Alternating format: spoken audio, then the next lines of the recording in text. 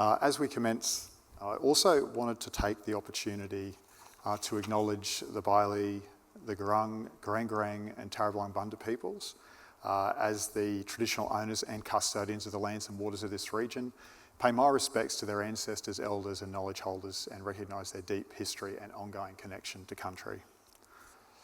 So, Paul talked, I guess, at the macro level about what's going on in the Queensland energy system. My job's now to come down into a little bit more detail and talk about what's going on in central Queensland.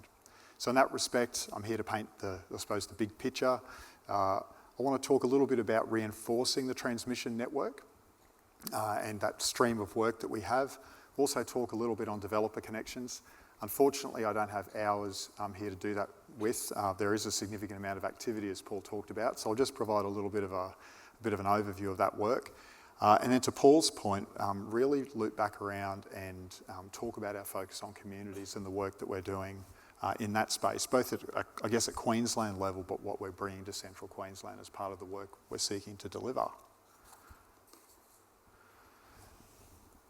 So Paul obviously spent a little bit of time talking about just how important central Queensland is to the power system. 20 to 25% of electricity generated, very significant demand in the region. And I think that significance is certainly not lost on us at PowerLink. If you kind of imagine you're a fly on the wall of a town hall or a divisional meeting, and for the last 18 months, if you walk into that town hall, what you'll see on the screen is 4 strategic objectives. One of them is decarbonising and reinforcing central Queensland and Gladstone. So it's a hugely important focus for us as a business. And we've got projects that are underway supporting transitioning industries, the changing power generation technologies and future industrial growth. The other thing that we're working really hard on, as I mentioned, is around community, how we engage, how we deliver community benefit and social value, the way in which we deliver ongoing benefits to community more broadly is extremely important to us, and I'll touch on some of that later in the presentation. I mentioned in the opening just this idea of sort of 2 broad streams of work that we're doing and involved in. And I just want to kind of take you through that. So on one side there we've got transmission reinforcement. Paul talked about the fact that we're the transmission owner, operator and maintainer in Queensland. So safe, reliable, secure supply that's affordable is our bread and butter. And transmission reinforcement is really focused on delivering on that objective. And for central Queensland, it actually reflects the lion's share of our work by investment value. So we have in the realm of $3 to $3.5 billion worth of prospective investment in this region that's squarely focused on reinforcing the existing transmission network. We're also obviously quite involved in developer connections. Paul talked to the scale of what's going on across Queensland and also in central Queensland. While we aren't the developer of the battery or the solar farm, we're obviously very involved in working to facilitate connections. As a regulated business and subject to an open access regime, we're always actively involved with developers to provide transmission connections. It is a key part of our work and something that I'll touch on later in the presentation. So, just to kind of set the scene, I wanted to start and walk you through the transmission reinforcement plan. As Paul mentioned, we've got 150 projects across the state that are sustaining and maintaining our existing network. There's certainly many of those in central Queensland, but today I really wanted to talk more through the major reinforcement work for the region. I think this map would be pretty clear to most people, but by way of orientation, obviously we have Gladstone Power Station. We've got a very significant network of existing substations, 275 and 132 kV, in and around Gladstone, supporting a lot of industrial load. In the centre of the map, we obviously have the Callide stations around Billawheeler and to the north Stanwell. And you can see there's quite a meshed and strong network of 275 and 132 kV transmission lines between those locations. So quite a strong network, but there is more work to do. And that really reflects the first phase of investment that I wanted to talk about. And that involves reinforcement of the network from Calvale, which is a substation adjacent to the Callide power stations, across through to Calliope River via Gladstone West. It's about an 87 kilometre long transmission line. It's substantially co-located with an existing transmission line easement and corridor. Paul talked before about that sense that making sure that we are ready for the eventual and potential retirement of coal plant and Gladstone Power Station being a critical issue for us. This investment is directly tied to that driver. So this is very important for us. In terms of status, we've been out on the ground engaging with landholders and communities, traditional owner groups since mid-2024.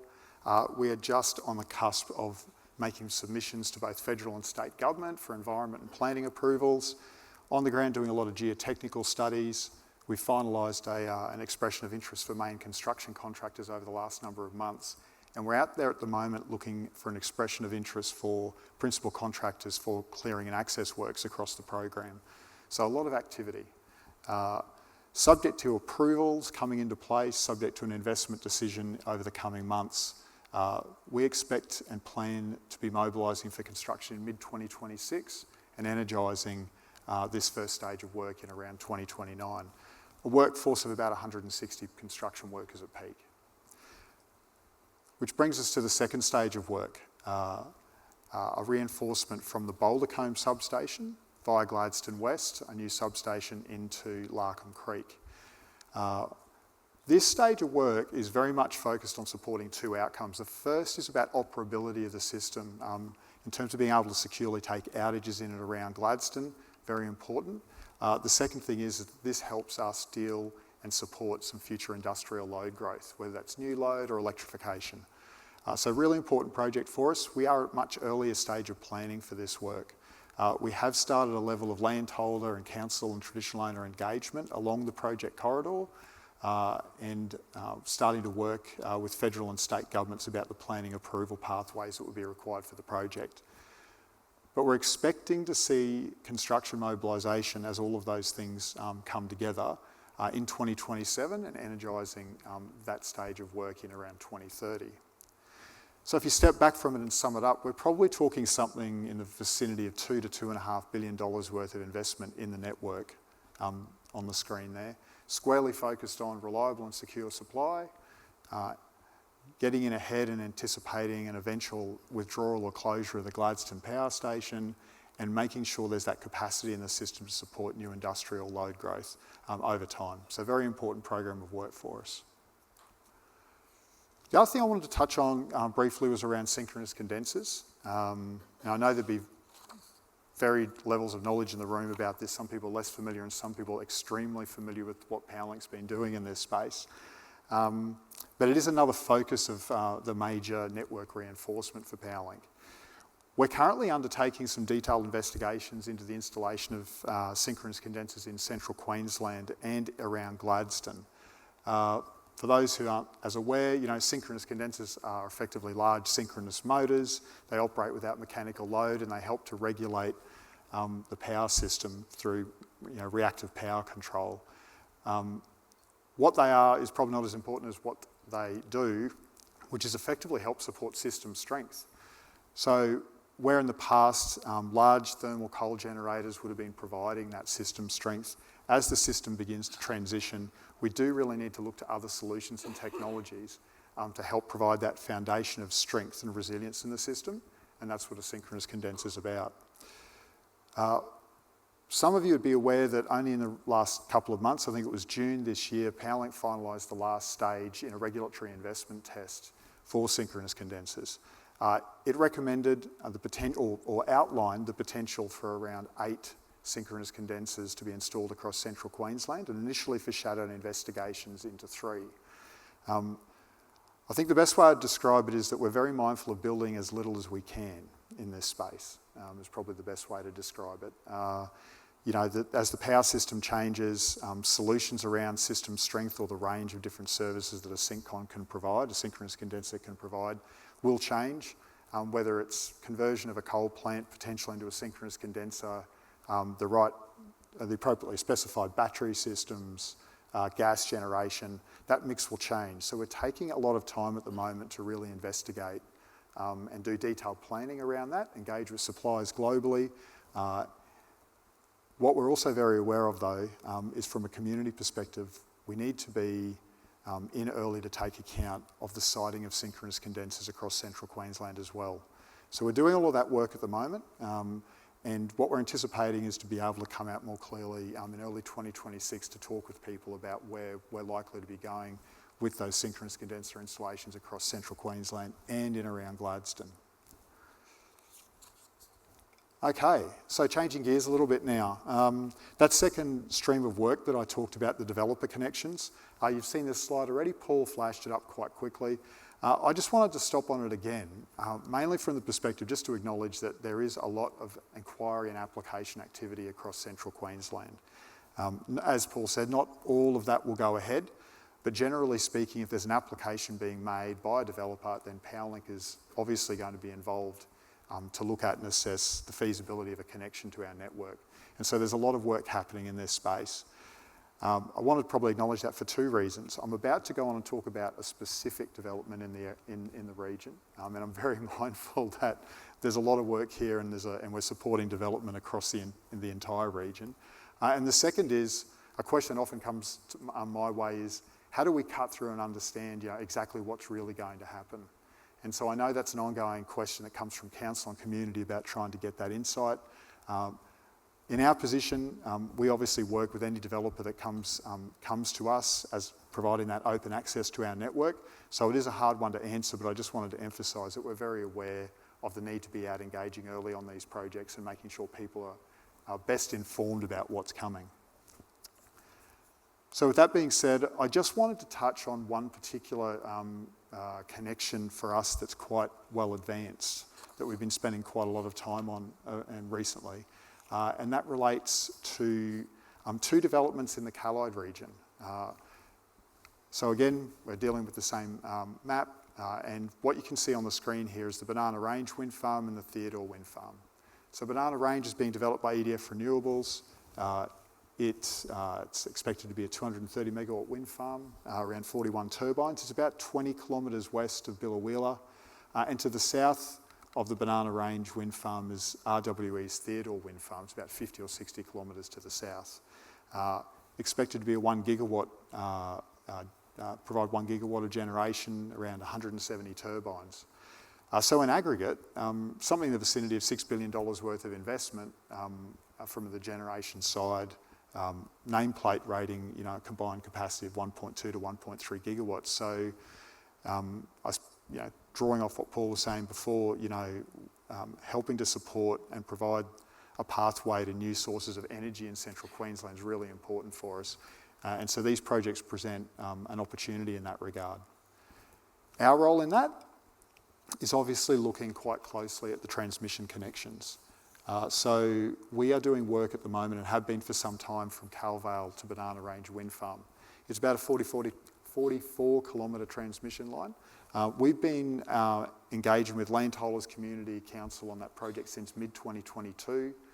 We've done a lot of work to identify a suitable corridor and transmission line easement, and we are now deeply engaged with landholders in trying to finalise negotiated easement arrangements for that part of the project. Federal and state planning approvals are imminent, so we're expecting to be able to move forward into those submissions very shortly.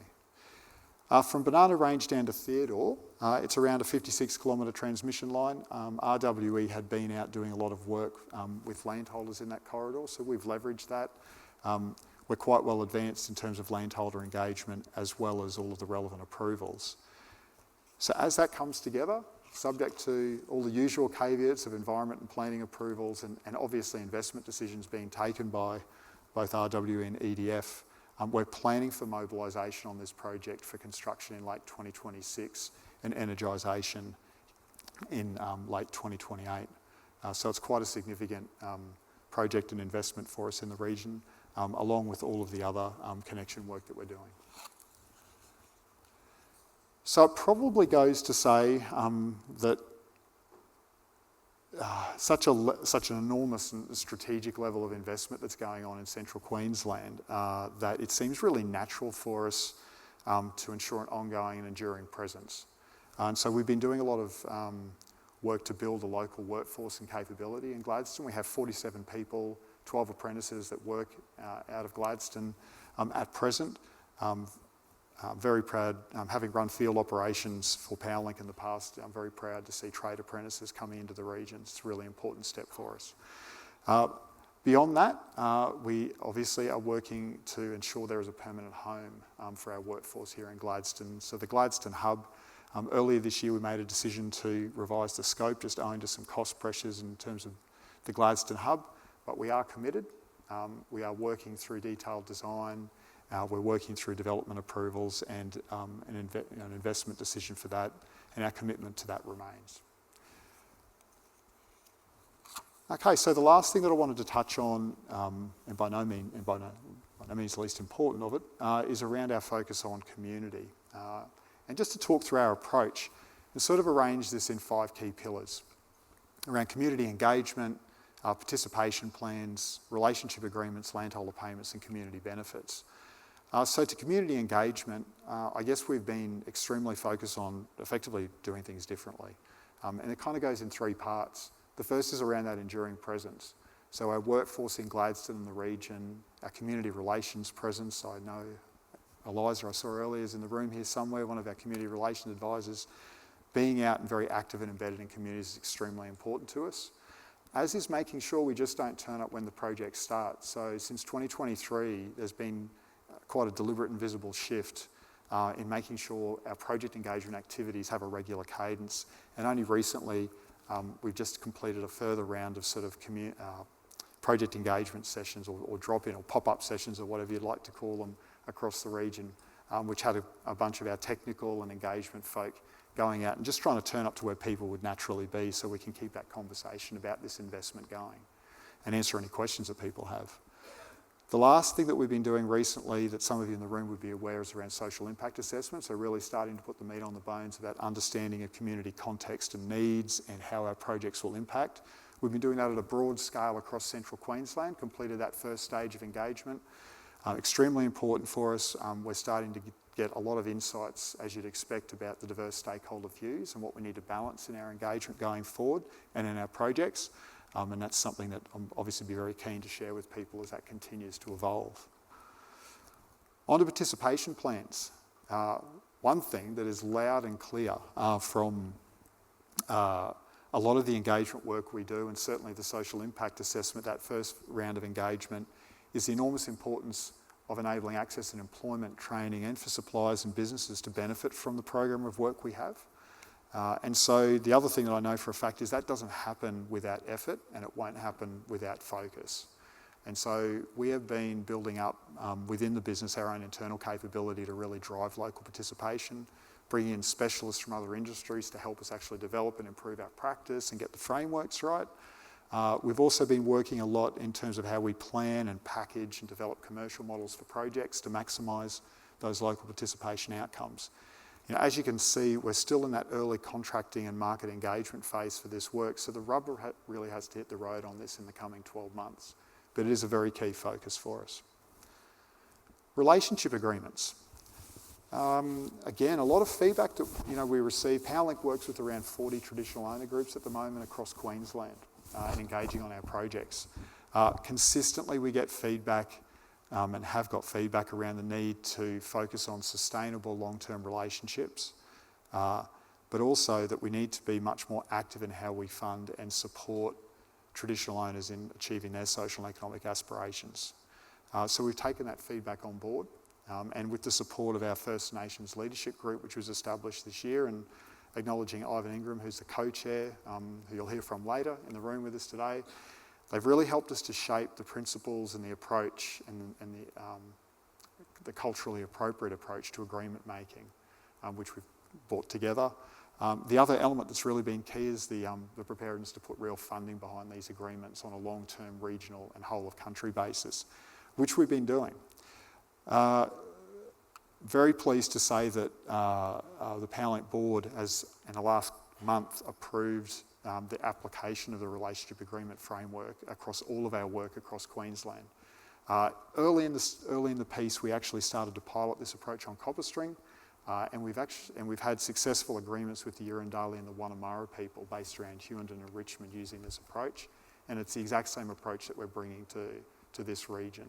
We've started, and having started these conversations with some of the traditional owner groups. So this will be a really important focus for it.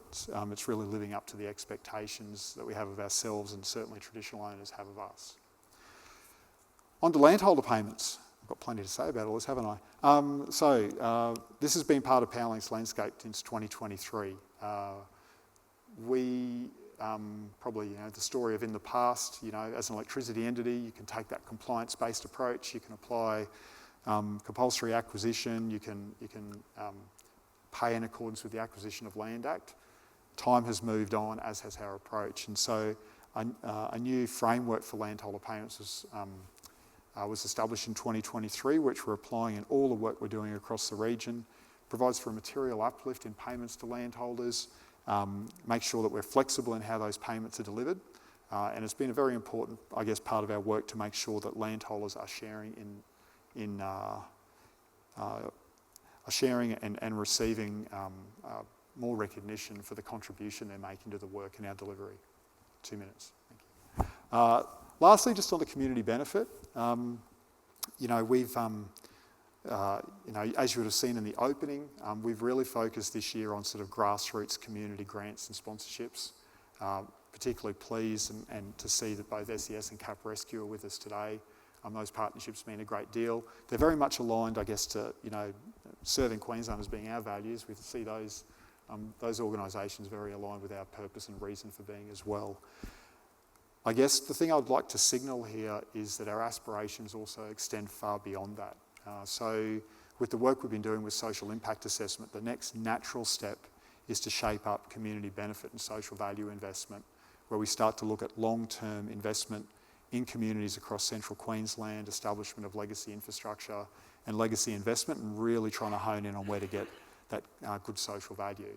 So that's a big important focus for us going forward over the next 12 months. Now, given I've got the 2 minutes, I might just stop on this one, Nicole, if you just a little bit more grace. I had a few other things to share, but the one thing I think would be really useful to point out is that we've been doing a lot of work through January to April. An important part of local participation is really understanding the market that you're working in and understanding the size of the opportunity. We completed an expression of interest over that period based on all the work packages that we'd need to deliver that investment program I've been talking about. We had 960 responses from 516 businesses, 34% local, 10% from Indigenous businesses.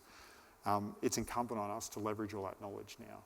And that's really probably what I want to leave you with, is we know the importance of being able to generate that local value and participation.